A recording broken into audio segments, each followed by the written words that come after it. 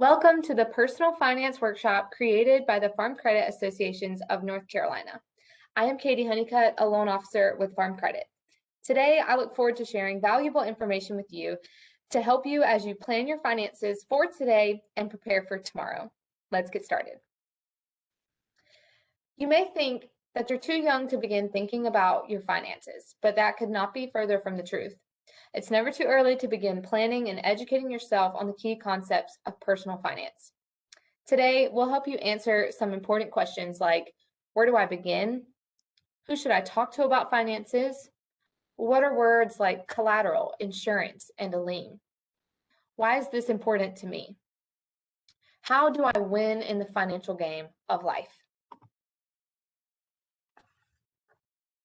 You'll hear from various presenters in this 8-part workshop series that will give you an in-depth overview of introduction and types of accounts, checking accounts, savings accounts, loans and credit, retirement and investing. We'll also touch on topics such as taxes, creating a budget, financial goal setting, record keeping, debt management, personal finance safety, and provide an overview of farm credit. A workbook is available as an additional resource, and this presentation will address all of the concepts needed to complete the activities and answer the review questions within the workbook. Here are some interesting facts to get us started in thinking about the topic of personal finance. 70% of U.S. citizens are living paycheck to paycheck, regardless of income. A poll found that only 1/3 of Americans maintain a household budget. Personal finance is very unique to you and can be defined in a variety of ways. However, for today, we are going to define personal finance as all financial activities and decisions that an individual or household has to make. There are 5 types of financial accounts that will be covered. Each account is used to accomplish a different task or goal. The first is a checking account. A checking account allows you to have easy, quick access to your money. Oftentimes, a checking account is linked to a debit card or a checkbook. A checking account has a lower interest rate. Savings accounts have a higher interest rate than a checking account. Oftentimes, savings accounts can be useful tools to house emergency funds and funds for any unexpected purchases or costs that may come up. A money market account typically has a larger deposit requirement. A market account has a larger interest rate than savings accounts and checking accounts. However, you have a limited number of withdrawals you can make with a money market account. The fourth account we're going to talk about is a certificate of deposit account. These funds are placed into a CD account, also known as a certificate of deposit account, and set aside for a long period of time to draw interest. Typically, these accounts are used to achieve longer-term financial goals. The last account that we're going to discuss today is an investment account. These accounts hold a deposit of funds that draw interest from different companies. Examples of investment accounts could be brokerage or stock accounts. One of the most widely used financial accounts is a checking account. Most of you may have a checking account if you have a debit card or a checkbook. A checking account is a depository account used to safely store and access your money. Although most checking accounts do not draw any interest or much interest, they are linked to a debit card or a checkbook and allow an easy withdrawal of your money. Activity 1 is filling out a check. A check is a written form used to transfer money from your checking account to another person or business.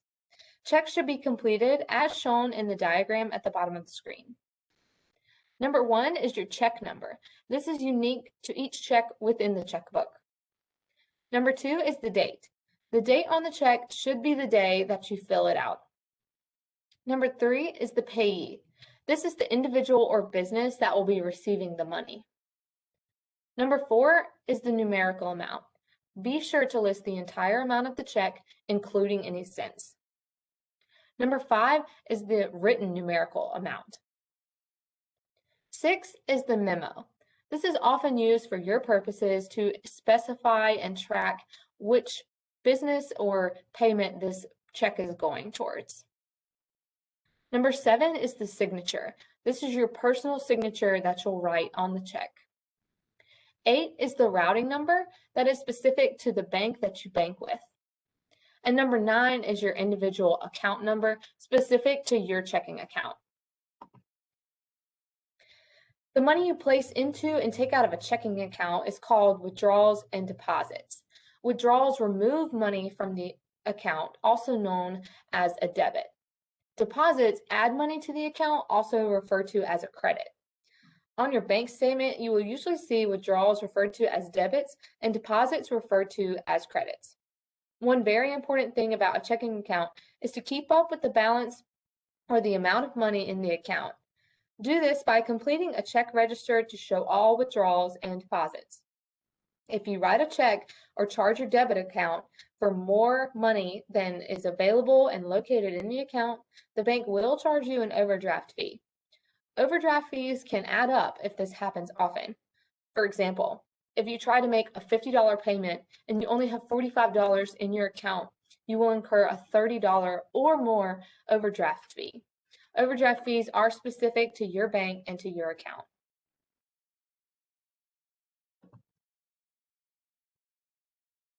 I encourage you to think through each of these review questions and discuss with your teacher or peers to ensure that you grasp these concepts.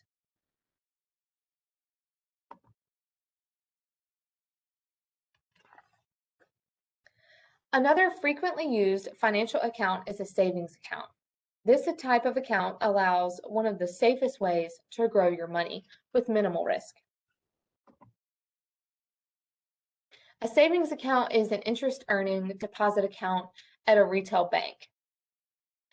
It allows you to save money in a secure account and creates a fund for emergency and surprise situations. Unexpected expenses can be very costly, such as a flat tire, a car issue, or an unexpected health emergency that may come up. Savings allow for retirement, paying for college, or buying a house. If you contribute enough to savings over time, you're paving a way for you to have a solid road for your financial future. Everyone can save a different amount based on how much money you have coming in and going out each month. Making a savings plan is the key to successfully saving money. This will give you a more exact amount of what you should save each month. It will also tell you where you can spend some money leisurely to purchase some wants for your own satisfaction. You might know that you're going to have some extra expenses a few months out of the year or unexpected expenses come up. And with a savings plan, you can build up a good amount of money to have and be ready for use in the expensive months or unexpected expenses that come up. Some examples of future plans that you may want to save for are building a house or buying a car. It's a good idea to save an additional amount that has 3 to 6 months worth of living expenses. Living expenses can be defined as groceries or any other daily costs that you would incur if you were out of work for 3 to 6 months. Disability or an unexpected circumstance can happen to anyone, so it's good to be prepared and put you in a healthy financial position for anything that may come up. Emergency funds are an essential part of savings and can help you in a time of financial instability. You should start by saving $1,000 and then contribute additional funds to paying off debt if you have some. Then you can start allocating more and more money towards savings. This emergency fund should hold enough money to cover your expenses for around 3 to 6 months, depending on what your ability to save is. This emergency fund does not have to be enough to cover your wants and leisurely spending money, but instead enough to pay your bills and be able to provide for you or whoever else you're responsible for. When planning for an emergency fund, make sure you have enough to be able to pay for those necessities in cash. If you are planning on using credit to pay for unexpected expenses during a challenging time, you will only be compiling more debt to make times even more harder on yourself. It's important to be able to pay these emergency funds and emergency expenses in cash. Everyone should make a monthly spending report to know where they're spending money. At various stages in your life, you will have fixed costs such as housing, food, gas, utilities, health expenses, and then you have your leisurely spending on top of that. Make a monthly expense report that will show you where you can save money. For example, eating out is very popular for Americans, but this is also a very expensive habit that can cost a lot of money. If you pack your lunch every day, you could save around $8 a day just on food. That would equate to around $160 per month and almost $2,000 per year. This example shows how small changes can produce big results in managing your finances. The 50-30-20 rule is a good way to set up your savings and spending. 50% of your income should go towards your needs. This can be housing, food, healthcare, utilities, a car payment, or any other need or fixed payment you have each month. 30% should go towards your wants. This can be shopping, eating out, hobbies you may have, a vacation, or really anything that you spend money on that isn't a necessity, but you have a desire or want to do so. This 30% could also really help get rid of some of your debt. In the beginning, you could pull some of the wants money aside and use it to lower your overall debt. Lastly, 20% should go into your savings and debt accounts. This should be set aside for college funds, maybe a future house you're wanting to buy or build, an emergency fund when times get tough and you don't have to have any income at the moment. While you're in debt, you should allocate about 10 to 15% of your monthly income to pay this debt off. And then after you've paid most of that debt down, you can start to slowly put more and more money into savings. You might ask yourself, should I keep my money in the same account or make separate accounts to put my money into? For certain things such as a college fund or retirement, or maybe if you plan on building a house, do allocate for separate accounts. These separate accounts allow you to set aside a certain amount of money each month to go into these accounts to start build up interest and save money to achieve your long-term financial goals. Different accounts will allow you to do different things, so be sure to research the different accounts and choose what best fits your needs. A money market account will generally allow you to earn interest at a higher rate than a checking or savings account while presenting no additional risk. With a money market account, you can help reach some of these long-term goals without losing the financial liquidity, such as a CD account.